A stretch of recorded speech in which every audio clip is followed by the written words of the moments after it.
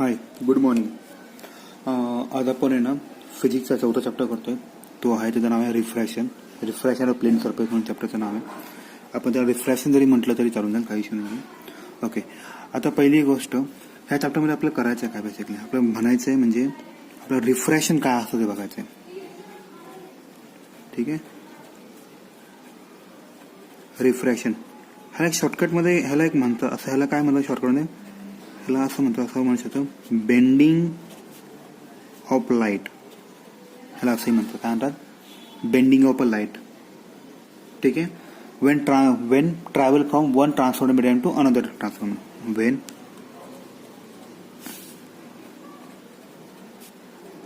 Transfer from one transparent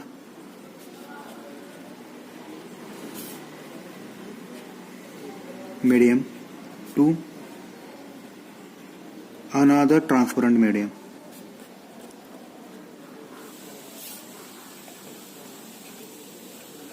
ठीक आहे, ह्याला बेसिक ह्याला काय म्हणतात, रिफ्रॅक्शन ऑफ लाईट म्हणतात किंवा ह्याला रिफ्रॅक्शन असं म्हणतात. ओके, आता बेंडिंग ऑफ लाईट काय असतं ते सांगतो तुम्हाला, म्हणजे लॉजिकल तुम्हाला कळून जाईल. बघा आता, ओके, जर तुम्ही कधी ऑब्झर्व केलं असेल, आता बघा एक सिनियर देतो मला, जर तुम्ही कधी ऑब्झर्व केलं असेल ना, हा माझा पाण्याचा ग्लास आहे. ओके, इथं मी पाणी भरलंय. ठीक आहे, समजा मी एखादा पेन जर मी ह्याला डीप केला, हा पेन मी डीप केलाय, म्हणजे हा पेन ऍक्च्युली एवढा मोठा पेन आहे, हा एवढा पेन आहे, पण तो दिसतो कसा माहिती, तुम्हाला असा बेंड झालेला दिसतो आणि तुम्हाला हा असा दिसतो, म्हणजे हा थोडासा बेंड दिसतो. ऍक्च्युअली पेन असतो असा सरळ, बरोबर, पण तुम्हाला थोडासा तो बेंड झालेला असतो. हे कशामुळे होतं रे, हे होतं बेसिकली जेव्हा हे बेसिकली होतं की ट्रॅव्हलिंग ऑफ लाईट आहे, म्हणजे एका मीडियम पासून अनदर मीडियम मध्ये. मग हे जे बेसिकली दोन मीडियम म्हणतात, हे जे लॉजिकली असं म्हणतात, एक रेअरर मीडियम म्हणतात आणि दुसरा असतो हा डेन्सर मीडियम असतो. आता रेअरर मीडियमला मोस्टली एअर मीडियम म्हणतात किंवा आपण त्याला व्हॅक्युम पण असं म्हणू शकतो. आणि डेन्सर मीडियम म्हणजे काय असतं, other than air medium we can say denser medium. म्हणजे ह्याची कन्सेप्ट सांगतो तुम्हाला, डेन्सर मीडियम आणि रेअर मीडियम म्हणायचं असतं. समजा आता लेट्स से, आता तुम्ही दुकानामध्ये गेला आणि म्हणाला की मला 1 किलो तांदूळ द्या किंवा 1 किलो साखर द्या. दुकानदार काय करतो तुम्हाला, त्याच्याकडे काय म्हणतात त्याला, त्याच्याकडे एक आहे ना स्टँडर्ड इक्विपमेंट असतं, 1 kg माप, बरोबर ना, 1 kgचं माप हे स्टँडर्ड इक्विपमेंट आहे. तो काय करतो, त्याला एका तराजूमध्ये ठेवतो, बरोबर, आणि दुसऱ्या ज्यामध्ये तो तेवढ्या मापाचं काय करतो, साखर टाकायला लागतं. म्हणजे काय करतो, हे तुमचं रेअर मीडियम झालं, बरोबर. आता हा डेन्सर काय करतो माहिती आहे का बाबा, हा डेन्सर मीडियम हा रेअरचे किती मल्टिपल आहे. समजा मी तुम्हाला 5 किलो म्हणाला, तुम्ही काय म्हणा 1 kgचं किती मल्टिपल आहे ते बेसिकली त्या बेसवर ठरवतात की रेअर मीडियम त्यांनी स्टँडर्ड मानलेलं आहे. आता एखादी गोष्ट त्यावेळेस चांगली का वाईट कसं ठरवायचं, बाबा हा त्याच्या मल्टिपल किती आहे, किती चांगला मल्टिपल आहे किंवा किती कमी मल्टिपल आहे, त्याच्यावर ते डेन्सर मीडियम ठरतं. ठीक आहे, रेअर मीडियम आणि denser medium. Rare medium mostly air medium म्हणून घेतात. ठीक आहे, ऑल सेट आहे. ओके, आता रिफ्रॅक्शन मध्ये काय होतं, बेंडिंग ऑफ लाईट होतं, एवढं पटलं सगळ्यांना. आता आपण थोडंसं अजून एक सिनेरियो घेऊया. त्यांनी काय केलं माहितीये का, रेअर मीडियम कशाला म्हणतात बघा, त्यांनी रेअर मीडियम कशाला म्हणतात आणि डेन्सर मीडियम कशाला म्हणतात.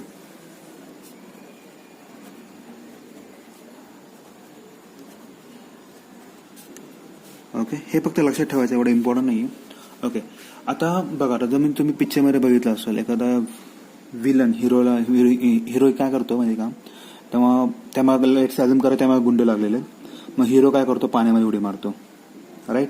मग वरतून विलन काय करतो, गोळ्या मारतो. जे तुम्ही कधी ऑब्झर्व केलं का, जेव्हा ती गोळी हवेतून पाण्यापर्यंत जाईपर्यंत त्याचा स्पीड खूप फास्ट असतो, पण जशी ती गोळी पाण्यात जाईल ना त्याचा स्पीड कमी होतो, राईट. बरोबर, मी काय म्हणतो समज सगळ्यांना, जेव्हा ती गोळी जशी पाण्यात जाईल ना त्याचा स्पीड कमी होतं, का, त्याला रेझिस्टन्स होतो, त्याला काय म्हणतात, डेन्सर मीडियम म्हणतात. म्हणजे ज्याच्यामध्ये तुमची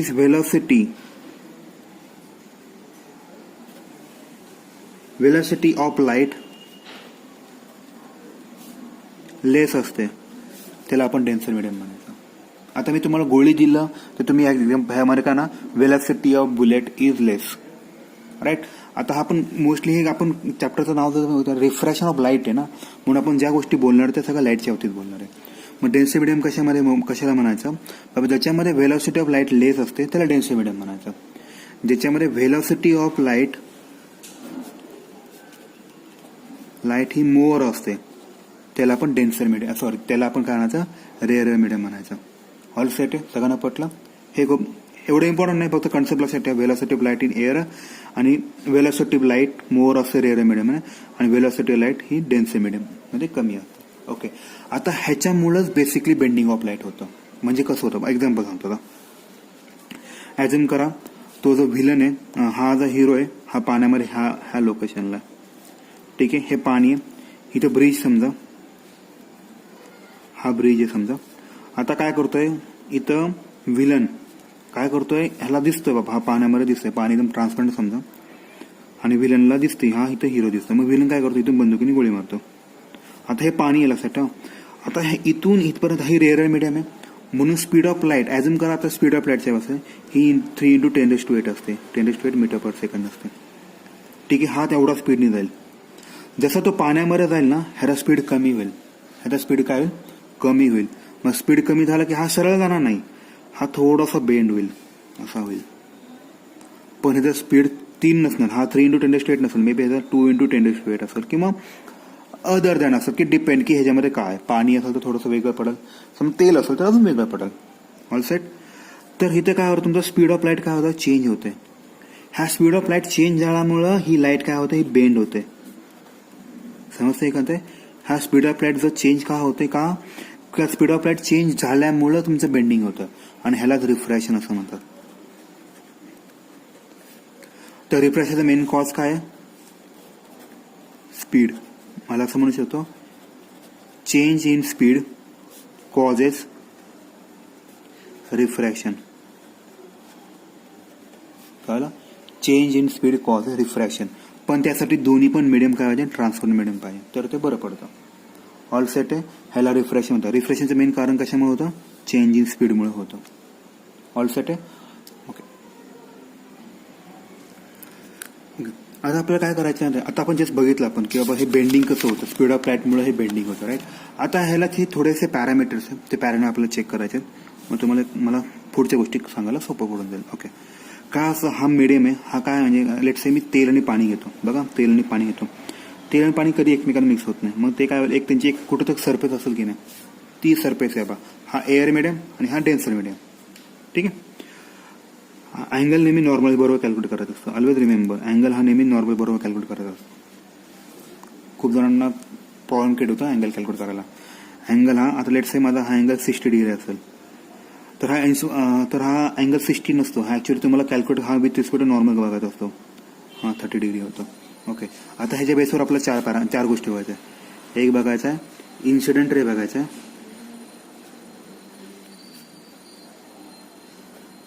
एक बघायचं आहे बघा मी रिफ्रॅक्टेड म्हणतोय, रिफ्रॅक्टेड म्हणतो, आणि रिफ्लेक्टेड हे वेगळा असतो. मी ते पण सांगतो वाटलं सर नंतर तुम्हाला. त्याचा काय बघायचं, इन्सिडेंट अँगल बघायचा आहे, आणि बघायचं आहे refracted angle.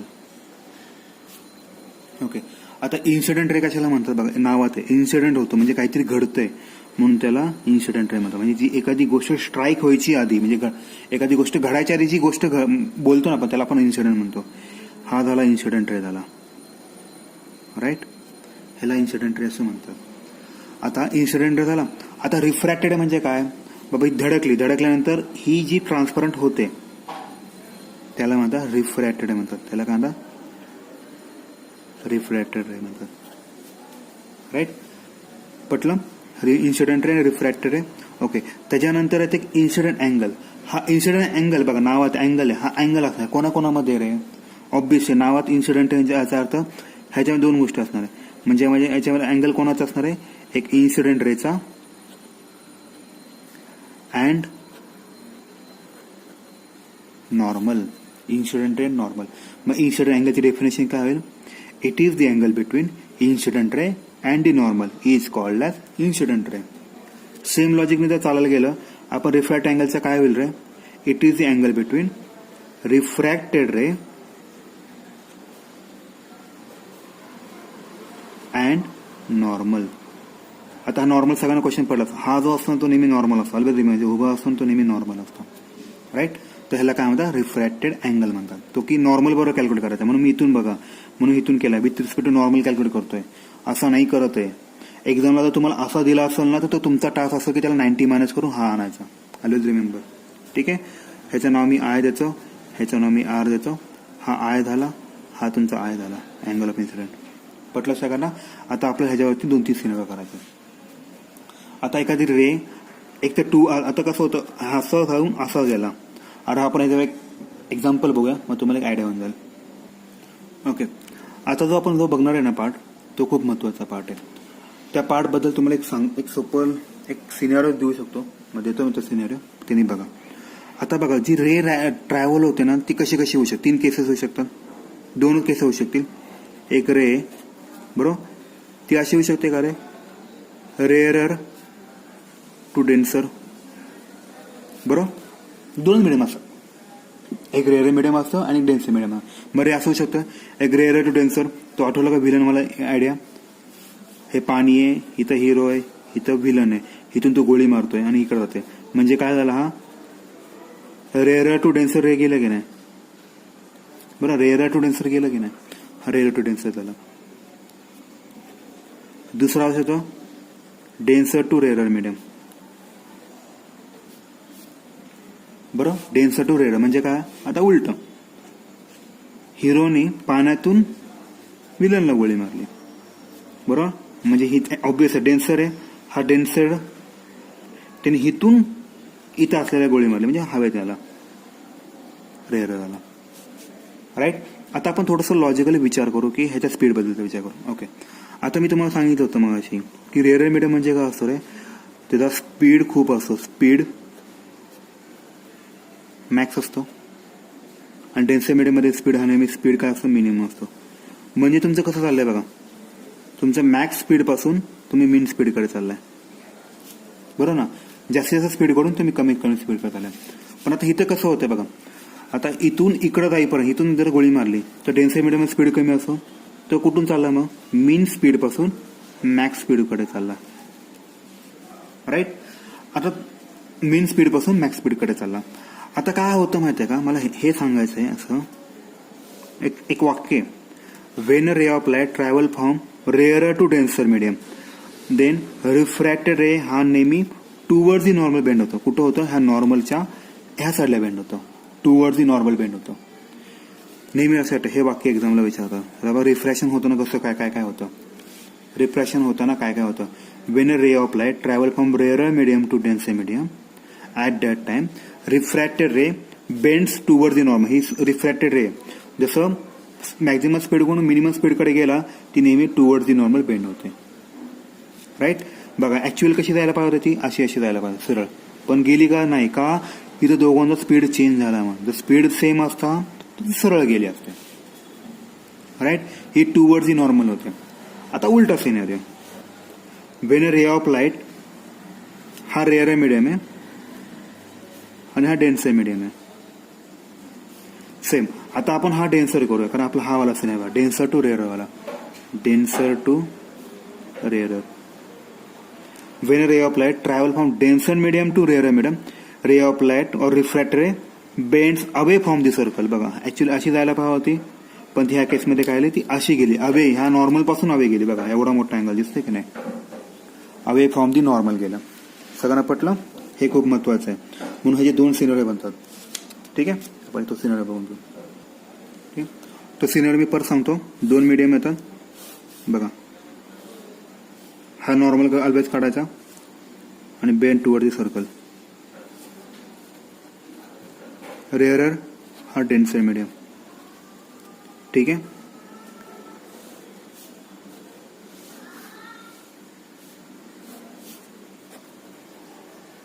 Denser rare medium. आता मी वाक्य बोलतो, मग तुम्हाला कळून जाईल.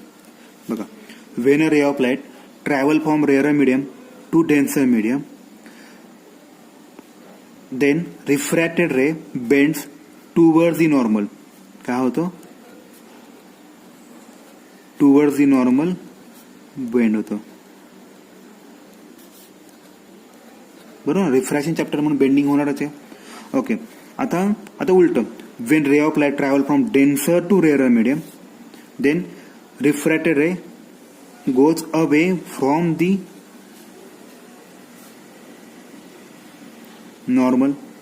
आम्ही म्हणालो होतो की अँगल हा नेहमी विथ रिस्पेक्ट टू नॉर्मल मोजायचा असतो. बघा, ह्यामध्ये अँगल मोठा दिसतो, ह्यामध्ये अँगल छोटा दिसतो. मग एक्झामला क्वेश्चन विचारला असा मला, राईट. अजून एक सिनेरिओ बनतो ह्याच्यामध्ये. काय होतं माहिती आहे का, ह्याच्यामध्ये सांगतो तुम्हाला, ह्याच्यामध्ये काय होतं, हा नॉर्मल आहे. बघा, तुम्हाला तर कळून सांगतो. आता त्याचा सिनेरिओ पण सांगतो तुम्हाला. हा नॉर्मल आहे. समजा तुम्ही आता एखादा रे ना, आणि एक्झामला जेव्हा क्वेश्चन विचारतो, कंडिशन ह्याला म्हणतात नो डिव्हिएशन. जेव्हा एखादा रे असा पडतो, नॉर्मली इन्सिडेंट होतो, तो डायरेक्ट असा जाणार, सरळ जाणार, कुठेच बेंड नाही होणार. सरळ हा इकडं पण बेंड नाही आणि इकडं पण बेंड नाही. ह्याला म्हणतात, ह्याचं नाव आहे बघा, ह्याचं एक्झामला विचारतात कंडिशन फॉर नो डेव्हिएशन. बरोबर. आता हे कधी पॉसिबल आहे बघा, आपण नेहमी अँगल विथ रिस्पेक्ट नॉर्मल असतो, त्या केसमध्ये तुमचा अँगल ऑफ आय का असतं बघा, आय हा तुमचा 0 डिग्री असतो. बरोबर की नाही. आपण नॉर्मलशी मोजतो. समजा एखादा अँगल इथं असता, तुम्ही इथून असं मोजला, हा इकडे चालला, याचा अर्थ अँगल छोटा छोटा होणार आहे. आणि जेव्हा तो नॉर्मल बरोबरच असेल तेव्हा अँगल ऑफ इन्सिडेंट का असं 0 असेल. आणि त्या केसमध्ये आर पण तुमचा का असं 0 असेल, कारण की हा नॉर्मल रिफ्लेक्ट नॉर्मल. एक्झामला खूप वेळा क्वेश्चन विचारला बाबा, state the condition for no deviation. काय आहे मग, when angle of incidence is 0 degree, 0 degree, at that time no deviation occur. किंवा अजून एक होऊ शकतं बघा, आतापर्यंत जे बेंडिंग होतं ते कशामुळे होतं तर only because of one reason. ते रिझन काय होतं, स्पीड चेंज झाल्यामुळं. बरोबर, त्यामुळे बेंडिंग होत होतं. आता कंडिशन मी सांगितलं, नो डिव्हिएशनची कंडिशन, एकतर हा असू शकतो किंवा दुसरा काय सांगू शकता, असा मीडियम पाहिजे की ज्या दोघांच्या मीडियममध्ये दोघांचा स्पीड पण सेम पाहिजे. म्हणजे फॉर एक्झाम्पल, इथं पण एअरच पाहिजे आणि इथं पण एअरच पाहिजे. म्हणजे समजा इथं ज्या स्पीडने आला त्या स्पीडने इकडे जाईल की नाही, मग असं अशा केसमध्ये पण बेंडिंग होणार नाही. पट्टे मला काय म्हणायचं, अशा केसमध्ये पण बेंडिंग होणार नाही. When speed of light is same in both the medium, at that time no deviation occur, असं पण विचारू शकतो. ठीक आहे, ऑल सेट आहे. आपण नेक्स्ट पार्ट बघूया. ओके, पुढचा पार्ट काय आहे, cause of refraction.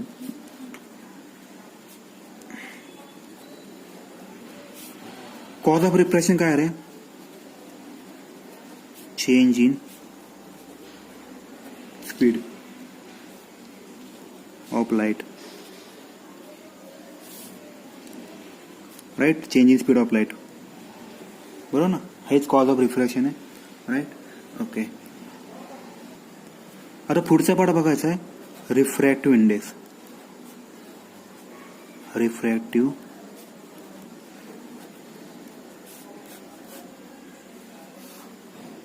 Okay, refractive index काय असतं माहिती आहे का. आता रिफ्रॅक्टिव्ह इंडेक्स म्हणजे काय सांगतो तुम्हाला पहिली गोष्ट.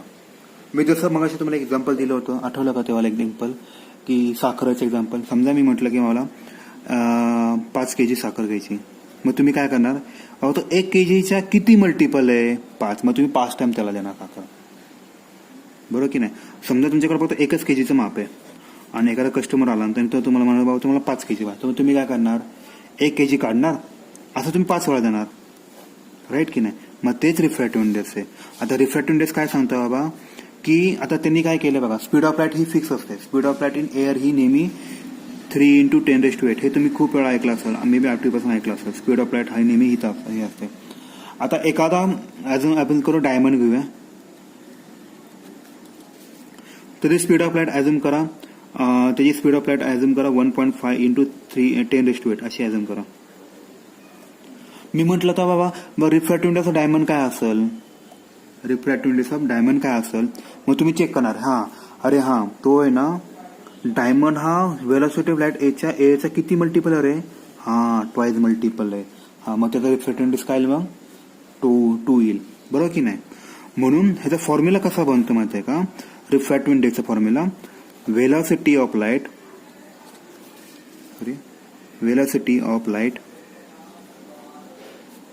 in vacuum divided by velocity of light in that medium. पटतंय? आता आपण जरा हे आणि हे कम्पेअर करायचा प्रयत्न करू. बघा, आता मी म्हटलं मला डायमंडचा रिफ्रॅक्टिव्ह इंडेक्स काय, मग तुम्ही काय करणार बा, हा डायमंडची व्हॅलोसिटी किती 1.5 इंटू 10⁸ आहे. हा, मग speed of light in air किती आहे 3 इंटू 10⁸. ह्या दोघांना पण तुम्ही डिवाइड करणार. मग डिवाइड केल्यानंतर जी पण व्हॅल्यू येईल ती तुम्ही म्हणणार आहे, ती काय म्हणणार तुम्ही, तो त्याचा डायमंडचा रिफ्रॅक्टिव्ह इंडेक्स झाला. राईट. आपण हे व्हॅल्यू टाकून बघू. बघा, वेलॉसिटी लाईट इन एअर काय असतं 3 इंटू 10⁸ असतं. Velocity of light in that medium, आता मला रिफ्रॅक्टिव्ह कोणाचा काढायचा आहे, डायमंडचा काढायचा. मग मी तिथे लिहितो 1.5 इंटू 10⁸. 10⁸ 10⁸ केला, हे ह्याच्यात ट्वाईज आहे म्हणून मला 2 आलं. मग रिफ्रॅक्टिव्ह इंडेक्स ऑफ डायमंड किती आला बा, रिफ्रॅक्टिव्ह इंडेक्स ऑफ डायमंड किती आला 2 आला. राईट. आता ऍझ्युम करूया आपण अजून कुठला घेऊया, काच घेऊया, ग्लासवाला घेऊया एक्झाम्पल. ऍझ्युम करा की ग्लासचा जो स्पीड आहे हा 1 इंटू 10⁸ आहे. मग मी म्हटलं की बाबा रिफ्रॅक्टिव्ह इंडेक्स ऑफ ग्लास काय, मग तुम्ही कसं करताल, हा बा तर speed of light in air किती रे, हा 3 इंटू 10⁸ आहे. हा, ग्लासचं काय रे 1 इंटू 10⁸ आहे. हे कट करा. हा, मग रिफ्रॅक्टिव्ह इंडेक्स ऑफ ग्लास काय येणार 3 येणार आहे. बरोबर.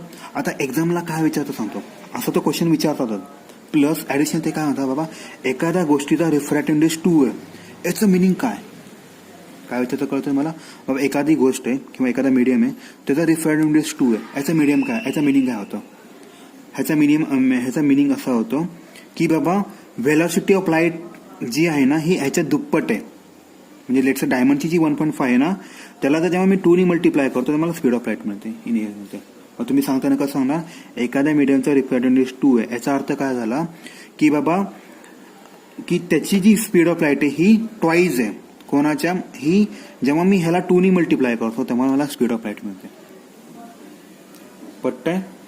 किंवा तुम्ही त्याचं उलट म्हणू शकता, बाबा हाफ म्हणू शकता. It is the speed of light in that medium is half of that medium, half of the air medium असं म्हणू शकता. किंवा तुम्ही असं म्हणू शकता की जेव्हा तुम्ही हा नंबरला ह्याच्याशी मल्टिप्लाय करताल तेव्हा तुम्हाला हा नंबर मिळतो. बरोबर. मग तुम्ही आता आपण वाक्य बनवूया, मग सेंटेन्स बनवूया, तुम्हाला एक आयडिया होऊन जाईल. ठीक आहे, मग सेंटेन्स बनवूया. समजा एखादा रिफ्रॅक्टिव्ह इंडेक्स आहे बाबा, हा आहे 2 आहे. राईट. तर तुम्ही कसं म्हणणार की बाबा speed of light is equal to 2 into speed of light in that medium. बरोबर की नाही, असं तुम्ही त्याला म्हणू शकता. म्हणजे speed of light in air. मग तुम्ही काय मग वाक्य कसं म्हणा, बाबा काय रिप्रेझेंट करतो, एखाद्या ह्याचा रिफ्रॅक्टिव्ह इंडेक्स 2 असेल, ह्याचा मिनिंग काय असेल, the speed of light speed of light in that medium is twice of the speed of light on air. पटलं सगळ्यांना? असं हे एक्झामला विचारता बा. राईट. किंवा आता विचारलं की 1.5 एखाद्याचा रिफ्रॅक्टिव्ह इंडेक्स 1.5, मग तुम्ही काय करणार, त्या मीडियमचा जो स्पीड आहे हा 1.5 आहे एअरच्या, म्हणजे त्याला जेव्हा तुम्ही 1.5 ने मल्टिप्लाय करता ह्याच्या स्पीडनी ह्याला, तेव्हा तुम्हाला speed of light in that air मिळून जाईल. पटलं सगळ्यांना? ओके. आता पुढचा पार्ट आहे रिफ्रॅक्टिव्ह इंडेक्स कळाला, एक्झामला खूप वेळा व्हायचा आणि ह्याच्यावरती क्वेश्चन्स खूप महत्वाचे आणि खूप सोपे क्वेश्चन्स आहेत. ठीक आहे. ओके. आता त्याच्यानंतरचा जो क्वेश्चन विचारतात की बाबा हा जो रिफ्रॅक्टिव्ह इंडेक्स आहे हा काही पॅरामीटरवर डिपेंड असतो. राईट. त्यातला पॅरामीटर काय असावा, तो बाबा त्याचं नेचर कुठलं आहे, नेचर ऑफ द मीडियम कसं आहे, खूप ट्रान्सपरंट आहे का कमी ट्रान्सपरंट आहे, ठीक आहे, अशा टाईपमध्ये. परत ते डेन्सिटीवर पण डिपेंड असतो, डेन्सिटी. परत तो बाबा ठेवलाय कुठं, नेचर का असं म्हणू शकतो का, हा नेचर ऑफ द मीडियम.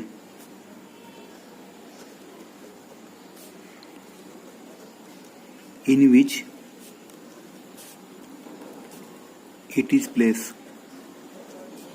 आणि चौथा येईल कलर ऑफ वेव्हलेंथ.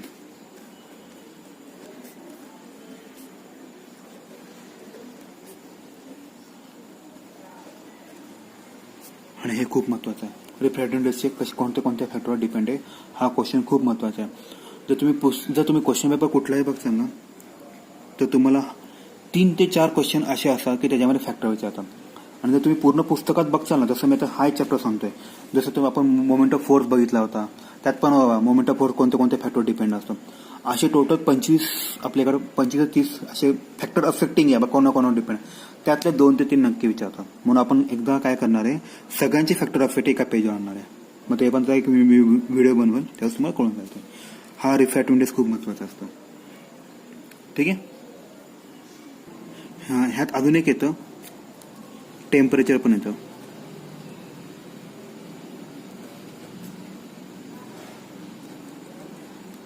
टेम्परेचर पण येतं.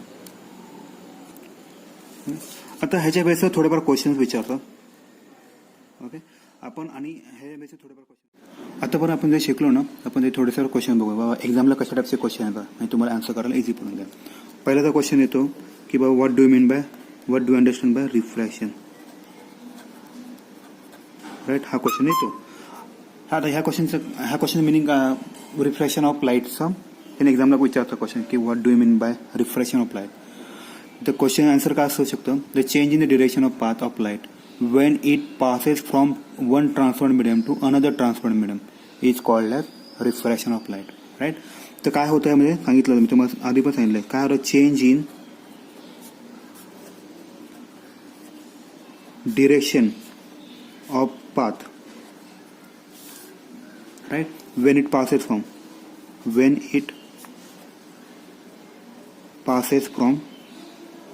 one transferred medium to another transferred medium. तर काय आहे, change in direction of path. आता तुम्हाला एक्झाम्पल अजून एकदा देतो. हा नॉर्मल असतो. समजा एखादा रे असा चालला असेल, आफ्टर रिफ्रॅक्शन तो असा जातो.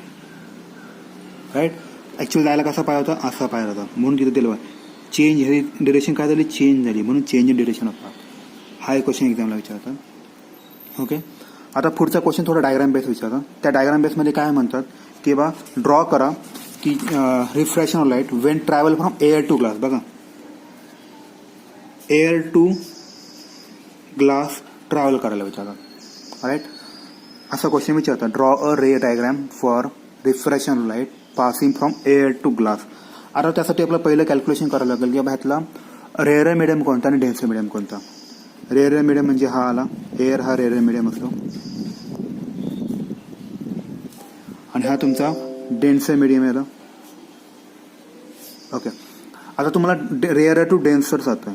Right, ray of light. बरं, आपण शिकलोय आपण एखादी गोष्ट जर रेअर टू डेन्सर गेली तर काय होतं रे, बघा परत सांगतो वाटलं असं, एखादी रे ऑफ लाईट जर रेअर टू डेन्सर गेली, हा रेअर मीडियम आहे, टू डेन्सर गेली, जी बेंडिंग ऑफ लाईट होते ना ती नेहमी टूवर्ड्स दी नॉर्मल होते. काय होते, टूवर्ड. बघा ऍक्च्युअल अशी पाहिजे होती पण ती काय झाली, बेंड झाली, टूवर्ड्स दी नॉर्मल झाली. तर एअर टू ग्लासमध्ये हे नेहमी टूवर्ड्स दी नॉर्मल होत असते. म्हणून ह्याचं नाव काय, आपण इथे ह्याची फक्त नावं टाकायचे. ह्याला मार्क आहेत लक्षात ठेवा, इन्सिडेंट रे, ह्याचं नाव येईल रिफ्रॅक्टेड रे. ठीक आहे, ह्याचा अँगल एक येऊ शकतो, हा अँगल काढायचा, हा अँगल ऑफ इन्सिडेंट आहे. मी काल सांगितलं होतं अँगल ऑफ इन्सिडेंट काय असतो, हा अँगल ऑफ रिफ्रॅक्शन झाला. ऑल सेट आहे, असा टाईपचा क्वेश्चन विचारला. म्हणून त्यासाठी पहिलं तुम्हाला ठरवावं लागेल का ह्यातलं रेअर मीडियम कोणतं, डेन्सर मीडियम कुठलं. बघा, रेअर मीडियममध्ये स्पीड नेहमी जास्त असतो आणि डेन्सर मीडियममध्ये स्पीड कमी असतो. जेव्हा आपण मॅक्स टू मिन स्पीड झाला की नेहमी बेंड टूवर्ड्स नॉर्मल होतो. आता उलटा क्वेश्चन विचारता बा, ग्लास टू एअर मीडियम बोलू, तर सेम लॉजिक आहे. आता ग्लास काय आहे तुमचा, ग्लास हा तुमचा डेन्सर मीडियम आहे आणि हा रेअर मीडियम आहे. तर काय होतं बघा, Wien ray of light incident, हा तुमचा ग्लास झाला. आता इथं स्पीड कमी असणार आहे ग्लासमध्ये, जसा तो एअरमध्ये तर स्पीड जास्त होता, स्पीड जास्त आला की तो आउट ऑफ कंट्रोल होतो, म्हणून तो अवे फ्रॉम दी नॉर्मल होतो, म्हणून अवे फ्रॉम दी नॉर्मल. आता मग ह्याची नावं द्यायची. हा इन्सिडेंट रे झाला, हा तुमचा झाला रिफ्रॅक्टेड रे झाला. असे क्वेश्चन असे एक्झामला नावं द्यायचे डायग्रामला, तर तुमचे मार्क मिळून जाते, तुम्हाला पूर्ण फुल मार्क मिळून जाते. ऑल सेट आहे. हा ग्लास झाला, हा रेअर टाकू शकतो आपण, हा एअर मीडियम झाला. ठीक आहे. असे त्याचे 2 क्वेश्चन विचार. Draw diagram for this one. Okay. मग आपण पुढचा क्वेश्चन बघूया. पुढचा क्वेश्चन काय विचारतील, लेट्स से की what is the angle of refraction Wien ray of light incident normally on the glass slab. तर त्याचा आन्सर काय येईल बघा. जस्ट इमॅजिन क्वेश्चन काय बघा, जेव्हा रे ऑफ लाईट इन्सिडेंट नॉर्मली होतो तेव्हा त्याचा अँगल ऑफ रिफ्रॅक्शन काय होईल. म्हणजे तुमचा हा बेसिकली हा झाला तुमचा इन्सिडेंट झाला. जेव्हा पण कधी पण कोणती गोष्ट नॉर्मली इन्सिडेंट होते ना, त्याचा रिफ्रॅक्शन रे सरळ जातो, तो कुठल्याही प्रकारे रिफ्रॅक्ट होत नाही. त्याचा अँगल आपण हे पटलं, हा सरळ असं खाली होतं, कुठल्याही प्रकारचा त्याचा बेंडिंग होत नाही. पटलं सगळ्यांना, माझं म्हणणं कळलं. बेंडिंग कुठल्याही प्रकारे होत नाही हे मला सांगायचं आहे. मग अशा केसमध्ये त्याचा अँगल काय बनतो बघा. आपण अँगल नेहमी विथ रिस्पेक्ट टू नॉर्मल मोजत असतो. म्हणजे लेट्स से हा इथून असा अँगल मोजतो. जसं इमॅजिन करा हाच रे मी ह्याला ह्याच्यावर ठेवला तर अँगल ऑफ इन्सिडेंट ह्या केसमध्ये काय 0 डिग्री. तसंच angle of refraction with respect normal मोजतो. हाच रेनी वर खाली आलाय, मग त्याचा अँगल ऑफ रिफ्रॅक्शन काय 0 होईल. हाच क्वेश्चन होता. क्वेश्चन काय होता, what is the angle of refraction okay Wien incident normally, बरोबर, नॉर्मली ऑन दी मीडियम. सगळ्यांना पटलं. तर तुमचा अँगल ऑफ रिफ्रॅक्शन काय असतो या केसमध्ये 0 असतो. सगळ्यांना ओके. ते आपण पुढचा क्वेश्चन करूया. पुढचा क्वेश्चन करूया आपण. क्वेश्चन काय विचारतील, कॉज ऑफ रिफ्रॅक्शन बाबा काय, what is the cause of refraction.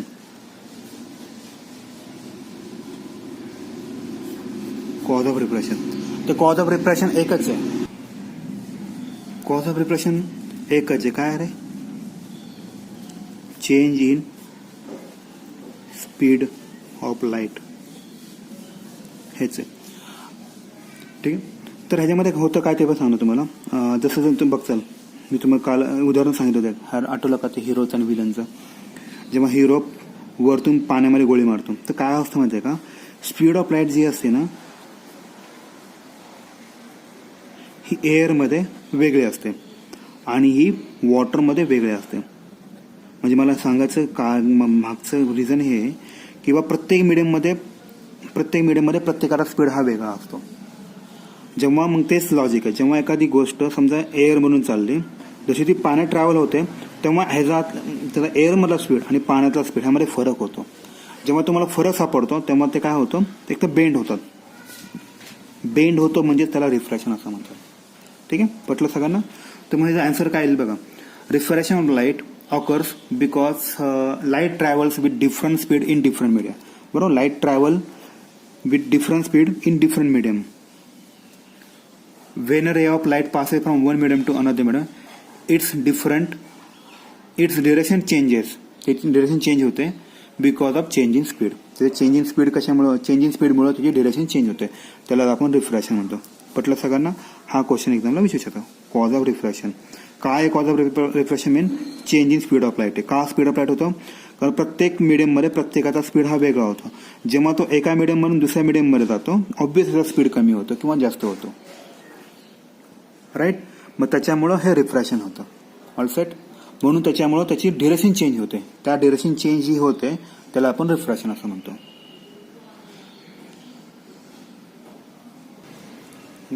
पुढचं क्वेश्चन काय करता येईल, स्पीड ऑफ लाईट जी असते, जर बघायला गेलं ना स्पीड ऑफ लाईट किंवा लाईट आपण म्हणू शकतो. राईट, ह्याला कोणत्या गोष्टी असतात, ह्याला स्पीड असतो, बरोबर, ह्याला इंटेन्सिटी असते,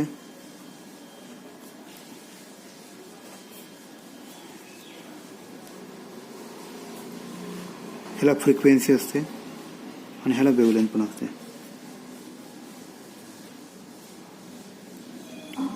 ठीक आहे. तर ह्यातल्या ना आता क्वेश्चन एक्झामला काय विचारतो माहिती आहे का, हे पॅरामीटर्स आहे बेसिकली लाईटचे. म्हणजे लाईट कशावर डिपेंड असते किंवा डिपेंड म्हणजे असं म्हणणं लाईटला काय असू शकतो, त्याला स्पीड असू शकते, त्याला फ्रिक्वेन्सी असू शकते, त्याला वेव्हलेंथ असू शकते आणि त्याला इंटेन्सिटी असू शकते.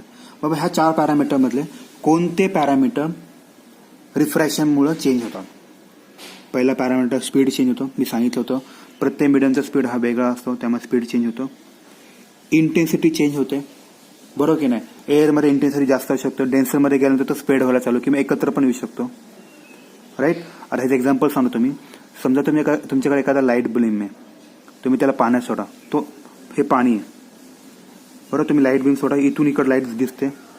आता ह्याच पाण्यात तुम्ही बर्फ करा, तर लाईट रेट ट्रॅव्हल होईल का? होईल, पण मे बी थोडीशी कमी होईल. राईट. म्हणून ते इंटेन्सिटीवर पण खूप मॅटर करतं.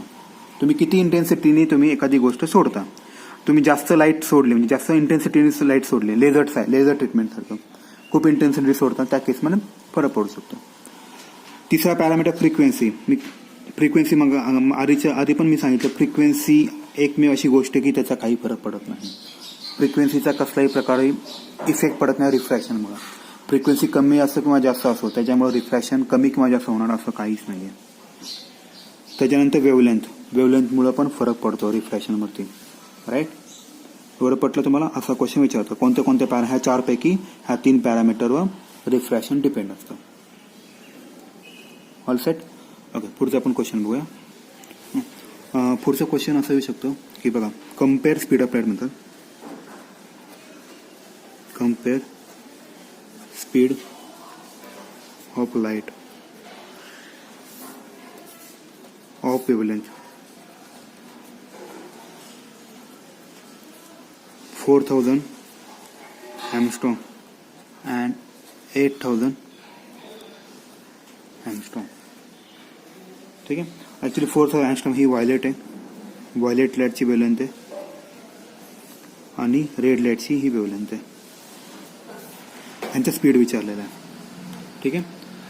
तर काय होईल बघा आता ह्याच्यामध्ये जर तुम्ही बघायला गेला ना, तर सगळ्यात इम्पॉर्टंट गोष्ट काय आहे ते स्पीड. ह्याच्यामध्ये असं म्हणता येईल, स्पीड ऑफ लाईटवर काय, स्पीड ऑफ लाईट डिपेंड आहे कोणावरती? मीडियमवरती डिपेंड आहे, पण वेवलेंथवरती नाही आहे. स्पीड ऑफ लाईट जी असते ती मीडियमवर डिपेंड असते, नॉट ऑन वेवलेंथ.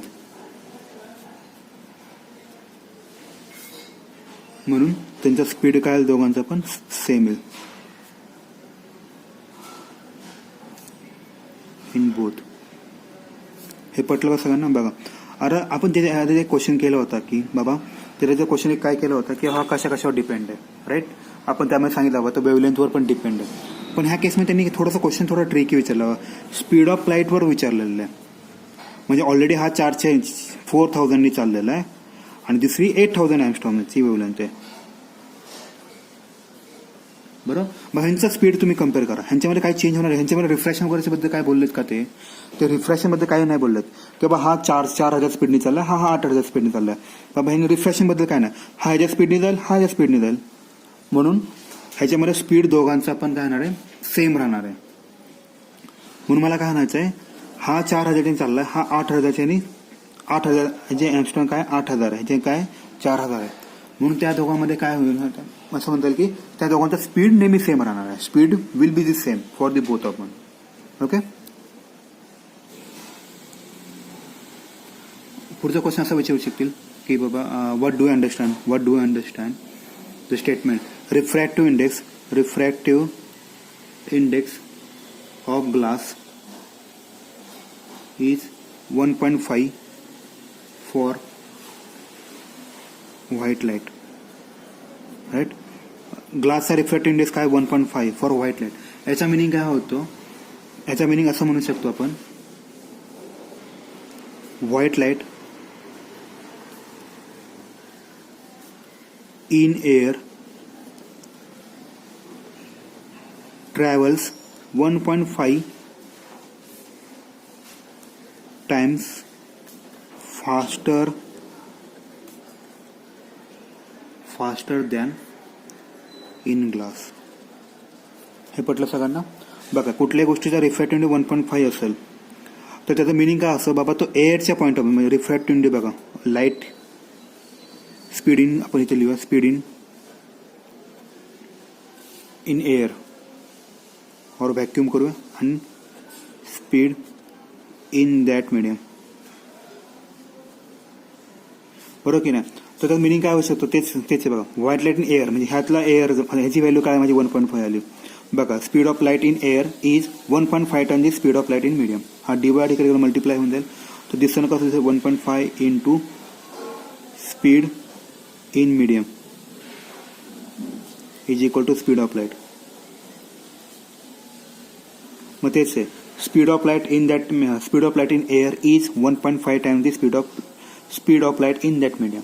हे त्याचा आन्सर आहे. हा क्वेश्चन खूप इम्पॉर्टंट, खूप वेळा विचारतात. पुढचा क्वेश्चन विचारू शकतात, इफेक्ट ऑफ, बघा, effect of wavelength in refractive index, right. Effect of wavelength in refractive index. आता ह्यामध्ये काय होतं हे तर तुम्हाला एक लॉजिकल सांगतो. बघा, रिफ्रॅक्टिव्ह इंडेक्स म्हणजे काय असतं, स्पीड ऑफ लाईट आहे इन व्हॅक्यूम, हे नेहमी फिक्स असतं, आणि स्पीड इन दॅट मीडियम, ह्याची व्हॅल्यू नेहमी फिक्स असते, ती असते 3 × 10⁸ असते, राईट. ओके. आता speed of light in that मीडियमचं काय फरक पडतो ते सांगतो. आता तुमचा हा पॅरामीटर वर ठरणार आहे की बाबा तुमचं व्हॅल्यू वाढणार आहे का कमी होणार आहे. आता आपण ह्याचं कॅल्क्युलेशन करू.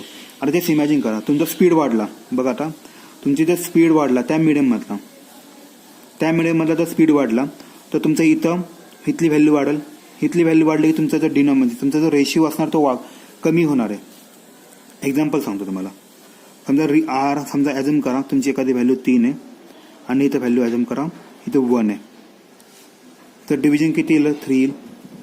आता ही व्हॅल्यू 1चं काय झालं, 2 झाला, तर काय 1.5, 3 इथं 1चं 2चं आता 3 झालं, तर काय 1 येईल. म्हणजे तुम्हाला कळतं तुमचा डिनॉमिनेटर वाढत गेला, तुमचा जर डिनॉमिनेटर वाढत गेला की तुमचा रिफ्रॅक्टिव्ह इंडेक्स काय होणार, कमी होणार आहे. आता हेच लॉजिक इथं अप्लाय करू. डिनॉमिनेटर वाढतोय याचा अर्थ काय, स्पीड वाढतोय. तुमचा जर स्पीड वाढत गेला की तुमचा रिफ्रॅक्टिव्ह इंडेक्स काय होणार आहे, कमी येणार आहे. आता स्पीड वाढतो का कमी होतं हे वेवलेंथ कसं ठरतं, ते एक फॉर्म्युला आहे, V = n लॅम्बडा म्हणून एक फॉर्म्युला आहे. तर तुम्ही बघताल ना, V = n लॅम्बडा हे डायरेक्टली प्रोपोर्शनल आहे. डायरेक्टली प्रोपोर्शनल म्हणजे काय असतं माहिती आहे का, समजा हा पॅरामीटर वाढला की तुमचा हा पॅरामीटर पण वाढतो. म्हणून काय होतं, तुमचा जर कोणत्याही ह्याच्या गोष्टीचा वेवलेंथ वाढत गेला की तुमचा स्पीड वाढणार आहे, बरं ना. जसं तुमचा वेवलेंथ वाढत गेला की तुमचा स्पीड वाढत जाणार आहे. जसं स्पीड वाढत गेला की तुमचा डिनॉमिनेटरचा फॅक्टर मोठा होत जाणार, बरं, 1चा 2, 2चा 3, तर तुमचा रिफ्रॅक्टिव्ह इंडेक्स काय होणार आहे, कमी होणार आहे, राईट. तर आन्सर काय येणार आहे, आन्सर असं येणार आहे, काय ना, with increase in wavelength RI will be decreases. का, कारण की जी बघा वेवलेंथ वाढली, माझी वेवलेंथ वाढली की मला स्पीड पण वाढणार आहे, बरोबर. वेवलेंथ वाढली मला स्पीड पण वाढणार. स्पीड वाढल्यामुळे माझा डिनॉमिनेटरचा जो फॅक्टर आहे तो पण वाढणार आहे. डिनॉमिनेटरचा फॅक्टर वाढल्यामुळे माझा काय तर रेशिओ जो असणार आहे तो ऑब्वियस कमी होणार आहे. म्हणून तुमचा रिफ्रॅक्टिव्ह इंडेक्स काय होणार आहे, कमी होणार आहे. हा क्वेश्चन खूप वेळा विचारतात, right. Effect of wavelength in refractive index, किंवा काय होतं बघ, चेंज केल्यानंतर काय होतं, कमी केलं की जातं. आता उलट विथ इन्क्रीज केलं तर आता विथ डिक्रीज करू शकतो. उलट वाक्य काय, with decrease in wavelength refractive index काय वाढत जाईल. तर बेसिकली असं म्हणता येईल मला, जो रिफ्रॅक्टिव्ह इंडेक्स हा इन्व्हर्सली प्रोपोर्शनल वेवलेंथशी. ओके. आता इन्व्हर्सली प्रोपोर्शनल म्हणजे काय माहिती आहे का, आता इन्व्हर्सली प्रोपोर्शनचं मिनिंग सांगतो तुम्हाला. समजा तुमचा ए वाढत गेला ना तर तुमचा बी कमी होत जाणार आहे. समजा बी वाढत गेला की ए कमी होणार, त्याला इन्व्हर्सली प्रोपोर्शन म्हणतात. तेच आहे. आता मी वेवलेंथ काय केलं, तर हा वेवलेंथ जर मी कमी केलं तर रिफ्रॅक्टिव्ह इंडेक्स तुमचा काय होणार, वाढणार आहे. जर रिफ्रॅक्टिव्ह इंडेक्स वाढवला तर जर वेवलेंथ वाढवली तर रिफ्रॅक्टिव्ह इंडेक्स काय ना कमी होणार. ह्यालाच म्हणतं इन्व्हर्सली प्रोपोर्शनल. हे वाक्य खूप महत्वाचं आहे. मग ह्याच्यावर तुम्हाला असं सेंटेन्स क्रिएट करावं लागेल. हा क्वेश्चन विचारतात, effect of wavelength on refractive index. ठीक आहे. अजून एक पुढचा क्वेश्चन करूया आपण. ओके. आता आपण वेवलेंथवाला बघितलं, राईट. वेवलेंथच्या बेसवर एक दोन क्वेश्चन तयार होतात. ते क्वेश्चन बघूया. तो क्वेश्चन काय होईल बघा. तो क्वेश्चन असा येईल, for which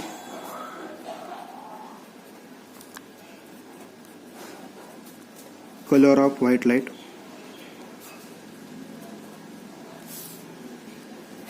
refractive index of transparent medium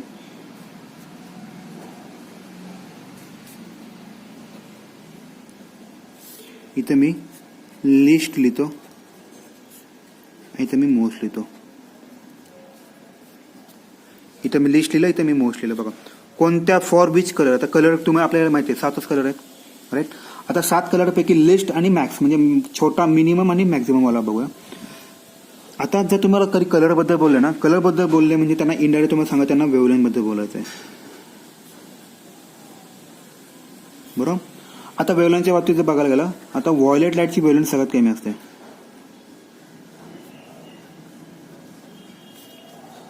त्याची वेव्हलेंथ काय असते? सगळ्यात कमी असते. आणि रेड लाईट जो असतो ना त्याची वेव्हलेंथ सगळ्यात मॅक्झिमम असते. राईट. आता जस्ट इमॅजिन करा, आता मगाशी मी सांगितलं तर रिफ्रॅक्टिव्ह इंडेक्स हा बेसिकली इनव्हर्सली प्रोपोर्शनल कोणाशी रे? वेव्हलेंथ ऑफ लाईटची. याचा अर्थ काय? ज्याचा वेव्हलेंथ कमी त्याचा रिफ्रॅक्टिव्ह इंडेक्स जास्त. बरोबर आहे. मग जस्ट इमॅजिन करा, व्हायोलेट लाईटची वेव्हलेंथ ऑलरेडी कमी आहे, तर ह्याचा रिफ्रॅक्टिव्ह इंडेक्स काय असणार आहे? मॅक्झिमम असणार आहे. राईट. आता रेड लाईटची वेव्हलेंथ काय? मॅक्झिमम आहे, मग त्याचा रिफ्रॅक्टिव्ह इंडेक्स काय असणार आहे? मिनिमम असणार आहे.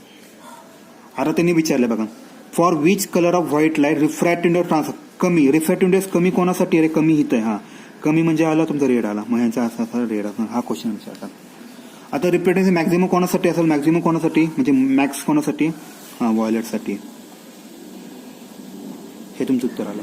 आता ह्या क्वेश्चनचं जर तुम्हाला एकदम प्रॉपरली बघायचं तर मगाशी मी ते शिकवले कसं करायचं. एकदा तो व्हिडिओ बघा, पॉज करा, नाही तर थोडं रिवाइंड घ्या, तुम्हाला हे कन्सेप्ट कळून जाईल. ह्याच्यावर खूप सारे क्वेश्चन विचारतात, लक्षात ठेवा. पुढचा असा क्वेश्चन विचारू शकतील, effect of temperature on refractive index. तर आपण बघूया रिफ्रॅक्टिव्ह इंडेक्सचा फॉर्म्युला परत एकदा लिहूया. व्हेलॉसिटी ऑफ लाईट किंवा speed of light in air आणि speed of light in that medium. Right. आता तेच बघायचं आपल्याला की हा तर पॅरामीटर फिक्स आहे तुमचा speed of light in air की 3 × 10⁸ आहे. आता फक्त ह्या पॅरामीटरवर ठरणार आहे की तुमचा तो रिफ्रॅक्टिव्ह इंडेक्स जो आहे तो वाढणार आहे का कमी होणार आहे. आता टेम्परेचरचा आणि स्पीडचा काय संबंध ते सांगतो तुम्हाला. ह्यासाठी आपण एक्झाम्पल घेऊया. बघा, तुमच्या घरातलं एखादं आपण घरात आंघोळीसाठी वर पाणी ठेवतो. राईट. त्यावेळेस पाण्याचं टेम्परेचर असतं ऑलमोस्ट करा 25°C करता. तुम्ही त्याला गॅसवर ठेवता. गॅसवर ठेवल्यानंतर काय होतं रे, ते पाणी गरम व्हायला लागतं, हळूहळू पाणी गरम होतं. नॉर्मली काय होतं, असं ॲझ्युम करा की इथला जो खालचा बुडबुड आहे ना तो इथं यायला थोडासा वेळ लागतो. ॲझ्युम करा तो इथं समजा नॉर्मल टेम्परेचर 5 मिनिटं लागत असेल. होत नाही ॲक्च्युली असं, थोड्या वेळाने होतं टेम्परेचर वाढल्यानंतर. ॲझ्युम करा जेव्हा मी ह्याचं टेम्परेचर वाढवतो 25चं बाबा 35 करतो. आता हा 5 मिनिटापेक्षा काय होतं, हा बुडबुडा खालून वरती यायला त्याचा जो स्पीड आहे ना तो वाढतो. असं मी 45 केलं डिग्री केलं तर स्पीड काय होणार, वाढत जाणार आहे. म्हणजे मला असं सांगायचं आहे की तुम्हाला इनडायरेक्टली जर तुमचं टेम्परेचर वाढलं की तुमचा स्पीड पण हा वाढतो. काय सांगायचं मला, तुमचं टेम्परेचर वाढलं की तुमचा स्पीड वाढतो. स्पीड वाढला म्हणजे तुमचा बेसिकली डिनॉमिनेटरचा फॅक्टर वाढला. डिनॉमिनेटरचा फॅक्टर वाढला की तुमचा रिफ्रॅक्टिव्ह इंडेक्स काय होणार आहे, कमी होणार आहे. म्हणजे temperature is inversely proportional refractive index. जसं वेव्हलेंथ होतं ना तेच लॉजिक इथं येतं. फक्त इथे एक लॉजिक काय येतं, टेम्परेचर वाढलं की तुमचा स्पीड वाढतो, स्पीड वाढलं की तुमचा रिफ्रॅक्टिव्ह इंडेक्स कमी होतं. त्यामुळं हे नेहमी रिलेशन असं लक्षात ठेवायला चालू करा. प्रत्येक गोष्ट तुम्हाला जे पण दिलं असं तुम्ही नेहमी ती स्पीडच्या लॉजिकमध्ये कन्वर्ट करायची. टेम्परेचर वाढलं की स्पीड वाढतं. मी तुम्हाला लॉजिक दिला, समजा तुम्ही पाण्याचं टेम्परेचर अरे सारख्या बुडबुड यायला चालू होते आणि ती एकदम फास्टमध्ये, त्याचा स्पीड खूप फास्ट असणार आहे. मग तेच लॉजिक आहे. टेम्परेचर वाढलं की स्पीड वाढला, स्पीड वाढला म्हणजे रिफ्रॅक्टिव्ह इंडेक्सच्या लॉजिकमध्ये तुमचा डिनॉमिनेटर वाढला, डिनॉमिनेटर वाढलं की तुमचा रिफ्रॅक्टिव्ह इंडेक्सची व्हॅल्यू कमी होत जाणार आहे. म्हणून temperature is inversely proportional refractive index. मग तुम्ही काय लिहिणार, with increase in temperature decreases Ri decreases. आता उलट, with decrease in temperature Ri increases. म्हटलं अशा टाईपचा क्वेश्चन विचारता. हे झालं इफेक्ट ऑफ टेम्परेचर झालं. इफेक्ट ऑफ मी वेव्हलेंथ पण केलं होतं. आता इफेक्ट ऑफ डेन्सिटीचा पण एक विचारता. मी मग आता काय म्हटलं, इफेक्ट ऑफ डेन्सिटी